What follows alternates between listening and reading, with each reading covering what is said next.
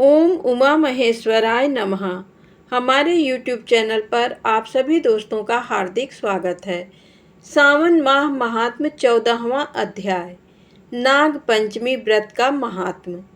ईश्वर बोले, हे महामुने, श्रावण मास में जो व्रत करने योग्य है वो अब मैं बताऊंगा, आप उसे ध्यान से सुनिए।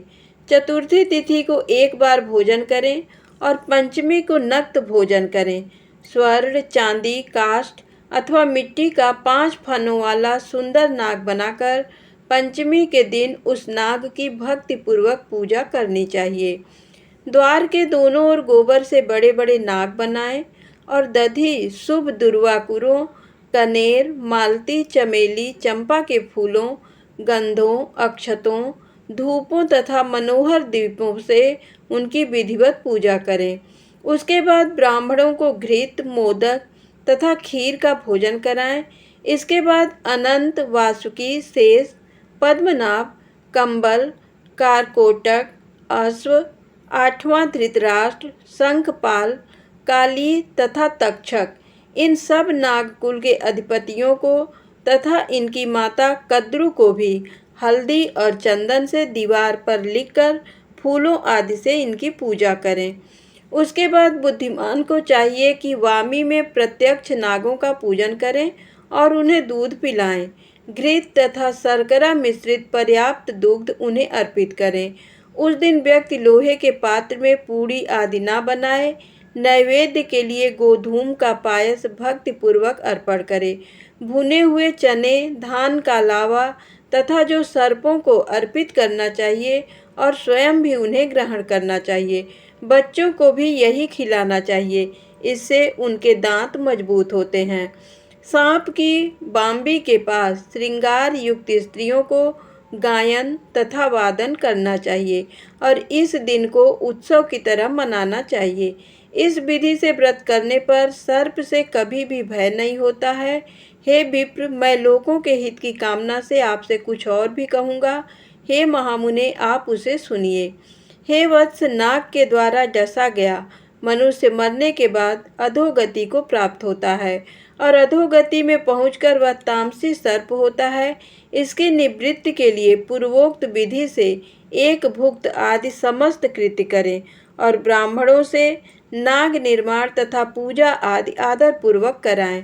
इस प्रकार 12 मासों में प्रत्येक मास में शुक्ल पक्ष की पंचमी तिथि को इस व्रत का अनुष्ठान करें और वर्ष के पूरा होने पर नागों के निमित्त ब्राह्मणों तथा सन्यासियों को भोजन कराएं।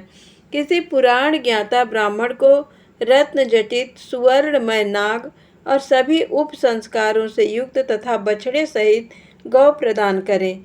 दान के समय सर्वव्यापी, सर्वगामी, सब कुछ प्रदान करने वाले अनंत नारायण का स्मरण करते हुए ये कहना चाहिए, हे गोविंद, मेरे कुल में अगर कोई व्यक्ति सर्प दंश से अधोगति को प्राप्त हुए हैं, वे मेरे द्वारा किए गए व्रत तथा दान से मुक्त हो जाएं।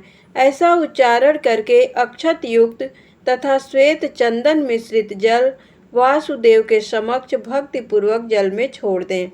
हे मुनिसत्तम, इस विधि से व्रत के करने पर उसके कुल में जो सभी लोग सर्प के काटने से भविष्य में मृत्यु को प्राप्त होंगे या पूर्व में मर चुके हैं, वे सब स्वर्ग गति प्राप्त करेंगे। साथ ही हे कुलनंदन, इस विधि से व्रत करने वाला अपने सभी वंशजों का उद्धार करके अप्सराओं के द्वारा सेवित होता हुआ शिव सानिध्य प्राप्त करता है। जो मनुष्य वित्त साक्ष्य से रहित होता है वही इस व्रत का संपूर्ण फल प्राप्त करता है।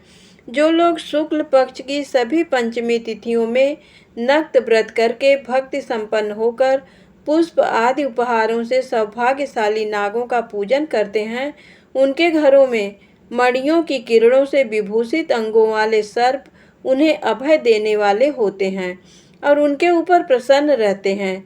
जो ब्राह्मण गृह दान का प्रतिग्रह करते हैं, वे भी घोर यातना भोग कर अंत में सर्प योनि को प्राप्त होते हैं। हे मुनिसत्तम, जो कोई भी मनुष्य नाग हत्या के कारण इस लोक में मृत संतानों वाले अथवा पुत्रहीन होते हैं और जो कोई मनुष्य स्त्रियों के प्रति कार्पण्य के कारण सर्प योनि में जाते हैं, कुछ लोग धरोहर रखकर उसे स्वयं ग्रहण कर लेते हैं, अथवा मिथ्या भाषण के कारण सर्प होते हैं, अथवा अन्य कारणों से भी जो मनुष्य सर्प योनि में जाते हैं, उन सभी के प्रायश्चित के लिए ये उत्तम उपाय कहा गया है। यदि कोई मनुष्य वित्त साक्ष्य से रहित होकर नाग पंचमी का व्रत करता है, तो उसके कल्याण के लिए सभी नागों के अधिपति शेषनाग तथा वासुकी हाथ जोड़कर प्रभु श्रीहरि से तथा सदाशिव से प्रार्थना करते हैं। तब शेष और वासुकी की प्रार्थना से प्रसन्न हुए परमेश्वर शिव तथा विष्णु उस व्यक्ति के सभी मनोरथ पूर्ण कर देते हैं। वह नागलोक में अनेक प्रकार के विपुल सुखों का उपभोग करके बाद में उत्तम वैकुंठ अथवा कैलाश में जाकर शिव तथा विष्णु का गण बनकर परम सुख प्राप्त करता है। हे वत्स, मैंने आपसे नागों के इस पंचमी व्रत का वर्णन कर दिया। इसके बाद अब आप अन्य कौन सा व्रत सुनना चाहते हैं उसे बताइए। इस प्रकार श्री स्कंद पुराण के अंतर्गत ईश्वर सनत कुमार संवाद में श्रावण मास महात्म्य में नाग पंचमी व्रत कथन नामक 14वां अध्याय पूर्ण हुआ। धन्यवाद।